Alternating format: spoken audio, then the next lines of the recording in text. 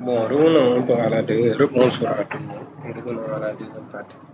Bon, fii dañuy expliquer tout juste comment acheter et vendre sur les marchés financiers. Et de commencer,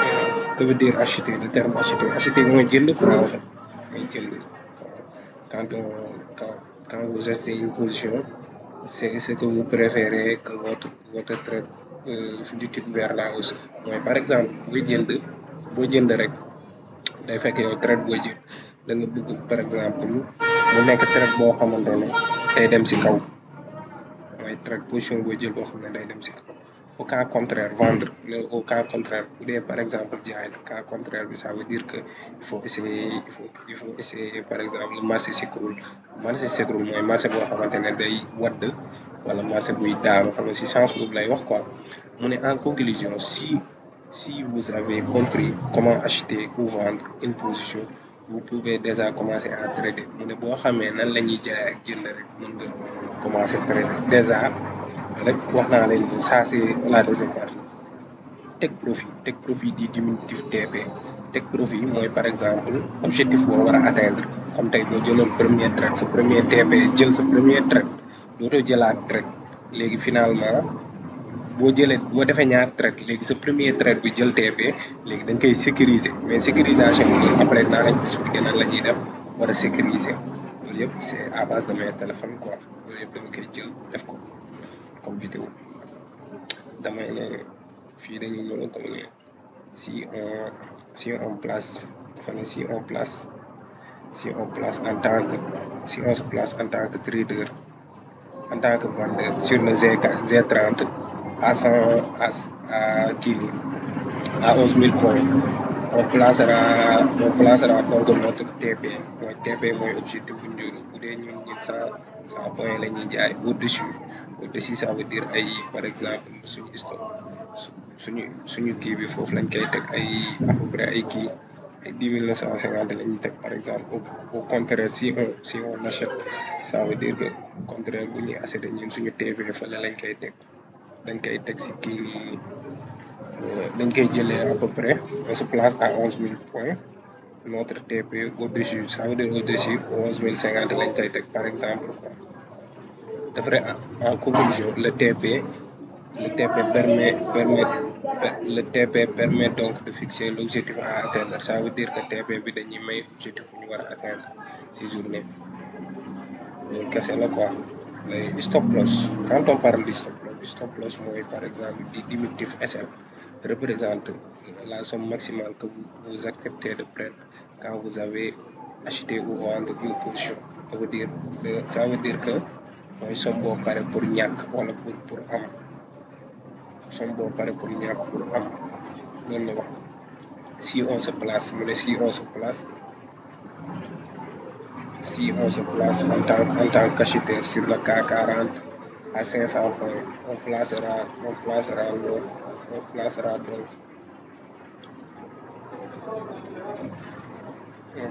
donc notre SL en dessous des 500 points à 4 950 par exemple. Au contraire, si on se place en tant que vendeur sur le CAC 40 à 500 points, on placera donc notre SL au-dessus des 500, ça veut dire 550 par exemple. L'SL permet de déterminer la limite de perte. Le SL bi day permettre ngeen xam seen limite de perte mooy par exemple loo leen pare pour perte voilà. Voilà break even mu ngi nii léegi break even di diminutif le terme break even di diminutif le terme break even di diminutif BE revient à sécuriser sa position quand on est dans le positif mooy par exemple de sécuriser sa position soo nekkee boobu si on achète par exemple boo jëndee si on achète si on vous mu ne si par exemple si vous avez acheté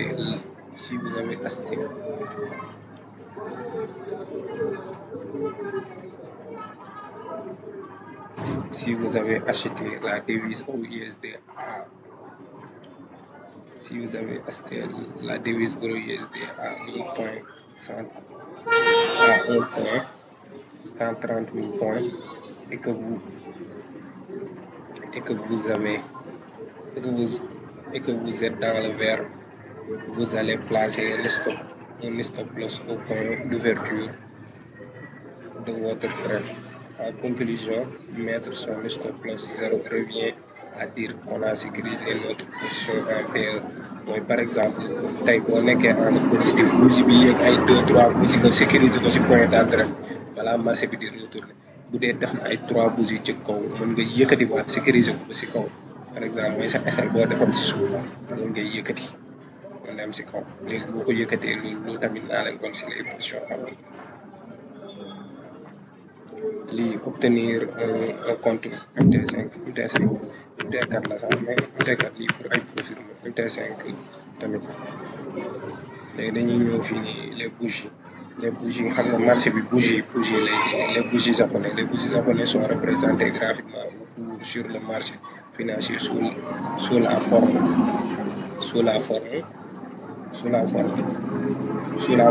de bougies. Les bougies japonais sont aussi appelées chandeliers japonais. Les chandeliers japonais sont composés d'un corps et de 2 messes. Ça veut dire chandeliers japonais sont composés de 2 corps et de 2 messes. Le scalping est le fait d'acheter et de vendre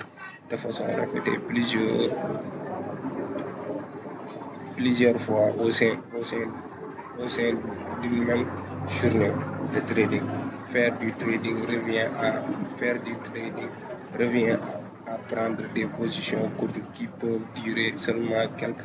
minutes. Le swing trading est le fait de réaliser un achat ou une vente sur une horizon de temps supérieure à une séance de bourse. L'ouverture et la fermeture de la position de trading sont séparées d'au moins 24 heures. Les difficultés du swing trading sont de trouver le meilleur point d'entrée, mais surtout le meilleur moment pour sortir du trade. Ça veut dire que swing trading moo doon loo xamante ni mën nga jël position bu dee 1 heure nga jël position wala 4 heures bu dee da nga am looy demal defi ci ko parce que loolu mën na nekk 2 à 3 jours bu dee nag profil mu kii ngeen yor fan la nekk comme on le dit mën nga jël benn position boo xamante ne par exemple boo ko jëlee c'est à long terme mën nga am yeneen programme yooyu demal def say programme donc déjà il a parfaitement tout fait quoi loolu kese la c'est tout juste ça léegi ñu ñëw si kii nii ñu ñëw si par exemple moom 1 heure boobu 1 heure lay dem 1 heure ak 4 heures ak daily ñoom moom yooyu la gën a mën a dem quoi à partir de 1 heure 4 heures daily parce que 30 minutes 15 minutes yooyu intraday ngay def intraday c'est la journée boo amee entrée la journée ci prends TP mën na souvent nag mën na yéex mën na dem ba ngoon réagir si peut-être bu réagir sax la session américaine c'est terminé léegi levier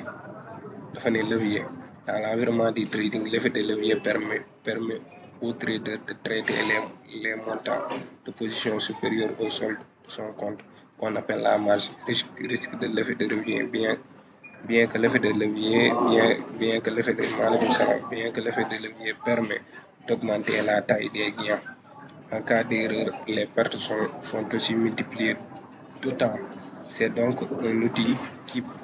qui présente un risque important avec les pertes consécutives. Et donc les trades doivent être conscients. L'effet de levier permet en effet d'être le meilleur allié d'un trader lorsqu'il est utilisé soigneusement et au contraire un ennemi redoutable lorsqu'il est utilisé impulsivement. Ça veut dire tey boo yoree capitalu $100